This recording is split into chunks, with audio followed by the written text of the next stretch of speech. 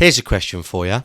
What film or films stayed at the top of the highest grossing film of all time for the longest? Answer at the end of the video.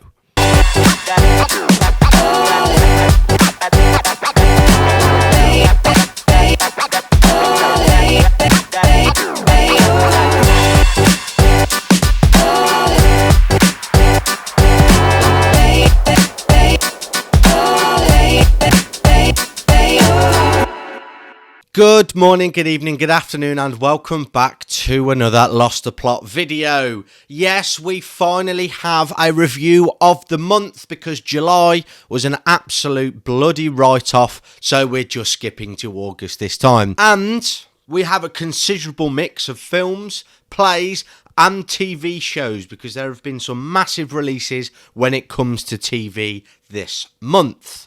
But before we get on to that, like and subscribe and ring the bell for us, please. And we will get straight into the review of the month. Right, enough messing around. Let's get straight into the first film, which is Jordan Peele's Nope. I've already done a review of some of the films and plays that were released this month in detail. This video is just about condensing them and talking about all the major releases for the month of August. Jordan Peele's Nope gets an 8 out of 10 from me. It was absolutely superb. It was beautifully shot. It was clean. You only saw what Jordan Peele wanted you to see, and it managed it so very well.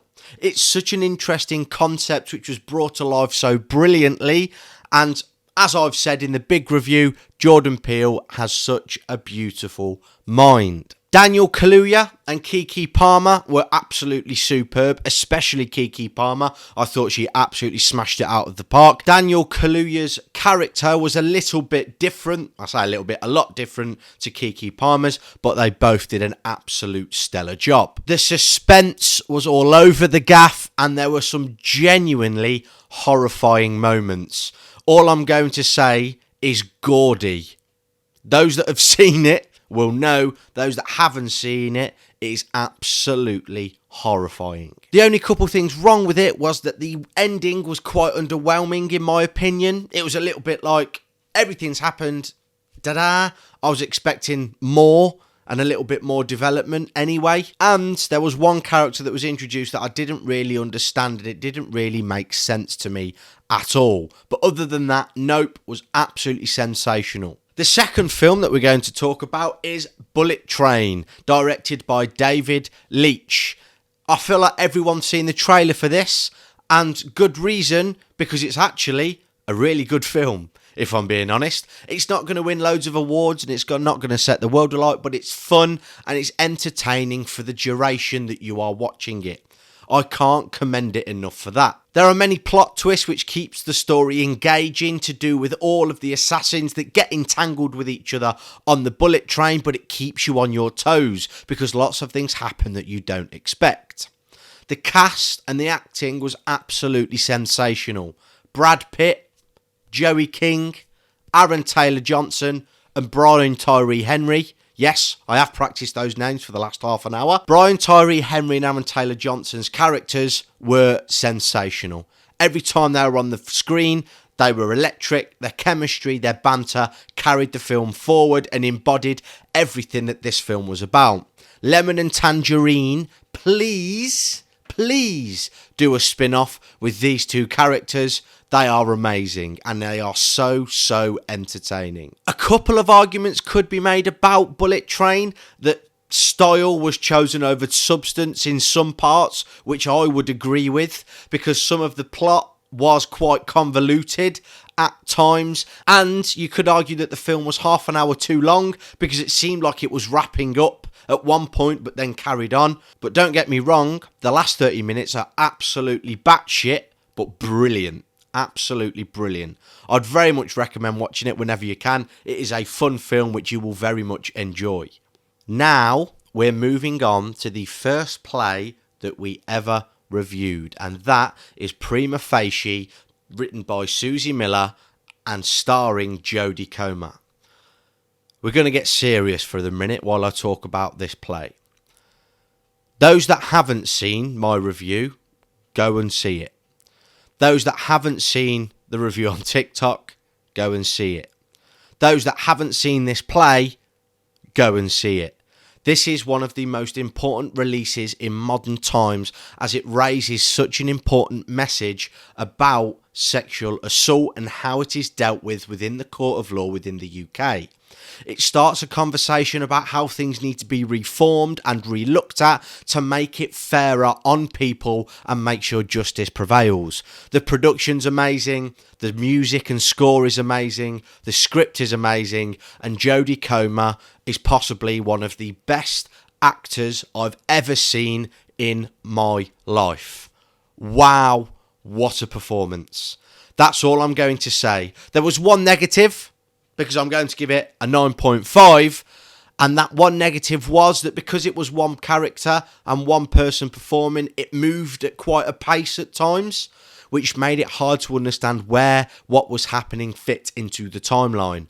But it didn't detract from the quality. It was still sensational. I loved absolutely every second of it. If you come out of this film without having a tear in your eye or having cried, you're a hard bastard.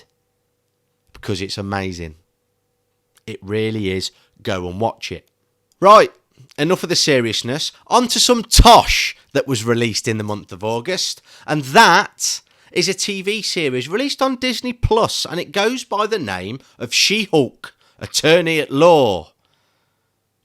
God's sake. This is possibly the worst start to a TV series I have ever seen, and possibly the worst opening episode that I have ever seen. At the time of recording, there are 2 episodes that are out. The first one is atrocious. The second one is a little bit better, but still verges on atrocious as well. It's embarrassing that Marvel have decided to release this. It seems like everything is completely rushed. The script is dead. When characters are talking, there's no weight, there's no interest, there's no engagement. I feel like what they've done is gone, here's She-Hulk, oh my god, we need to get it out, panicked, and then just sent it. They've not actually reviewed anything. The first episode, so much happens that isn't properly explained and doesn't make any sense. She becomes She-Hulk and can master all the powers. What a load of bollocks. Didn't appreciate it at all. And that's just the tip of the iceberg. Us boys at Lost the Plot are going to do a whole series review at the very end, because we have very contrasting views, and if you didn't know, I bloody hate it. I still think Hulk is one of the most underused characters ever, and they've still misused him in this series in the first couple episodes as well. For me, it gets a 2 out of 10. And the 2 is because I really like Tatiana Maslany. I think the casting of her was actually really good. On to another TV series that started in the month of August, and it goes by the name of House of Dragon. Yes, this is the Game of Thrones spin-off, which is absolutely superb, in my opinion. From someone that hasn't watched Game of Thrones, I know, don't lynch me for it. I've started it. I'm on season 1, episode 4. But from someone that hasn't seen that, you can easily go and watch this without having need to see Game of Thrones.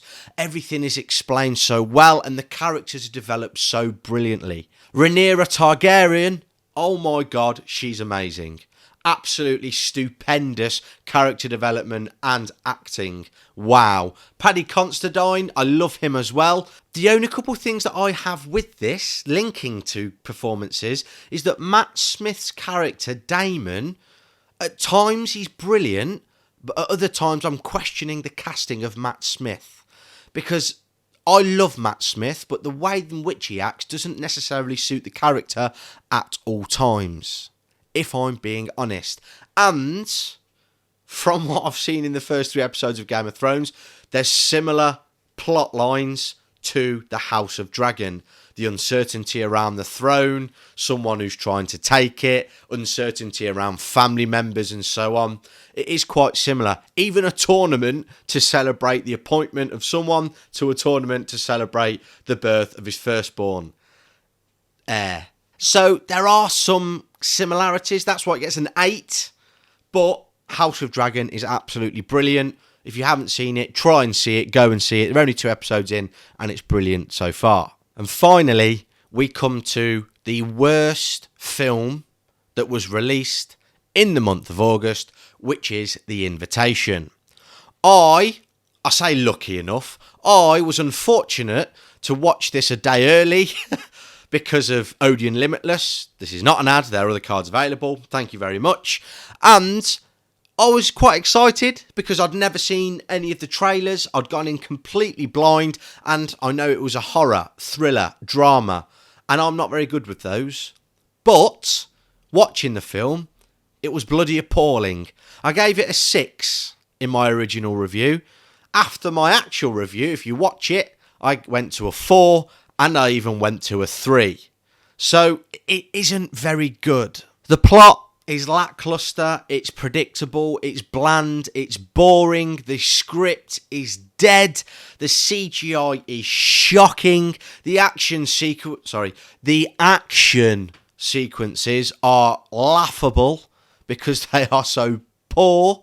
On the Invitation video review, I said me and my sister would choreograph a fight sequence better than that. So if you want to see that, leave a comment, like the video down below. My God, there are so many cliches, the romance is dead, and I felt that the acting was extremely mediocre. It's not a good film at all. It's so boring. And when the plot twist happens, well, I say plot twist, it's predictable, but the twist happens, the story falls flat on its arse. There is nothing that's engaging, there is nothing that is interesting. Don't go and see it. Use that hour and 45 minutes to enjoy something in your life. Go for a walk, have a bath with the candles and some music and a glass of wine. Do have a facial, anything. It's shit. And that brings us to the end of August. Yes, a little bit quicker, and because I review the films in depth anyway that I've seen, I don't have to spend as much time on this video, which is good because I can get through more, I can get to the point and give you a very brief review of what has been released in the month of August. There are 2 other films that I want to mention that I have not seen as of yet, but I will, and they are Beast. If I'm honest, I'm not sure I even want to watch this film because the trailer was absolutely awful. Me and my dad watched it and went, wow, I'm not overly sold on watching that. Idris Elba is going to be in 2 films in 2 weeks. I'm hoping the film that's released this Friday is going to be a little bit better than what this looks like. I probably will watch it, and I will put a review on Instagram at some point, but don't expect it anytime soon. This is one that I'm forcing myself to watch. And the second one is Dragon Ball Z. From someone that watched Dragon Ball Z when I was very little, I've not kept up to date with things that have happened and films that have been released or series, so I felt a little bit unjustified in going to see it, and I was very poorly. Let's just say that, shall we? So I didn't quite get to see it, but I will, and I'm excited for it because I love Dragon Ball Z. I think it's a fantastic anime, and I can't wait to see it. I hope that was all right and insightful for you, a little bit different, and we covered some more things as well. The month of September is looking tasty, so keep your eyes peeled and keep open for that. For those that have waited around for the answer to the question that I posed at the very start of the video, the 2 films that have the joint highest amount of time spent at the top of the highest grossing film of all time are The Birth of a Nation and Gone with the Wind. Both films have spent 25 years at the top of the highest grossing film of all time, and then obviously you had films like The Sound of Music, you had Titanic, and more recently Avatar and Endgame.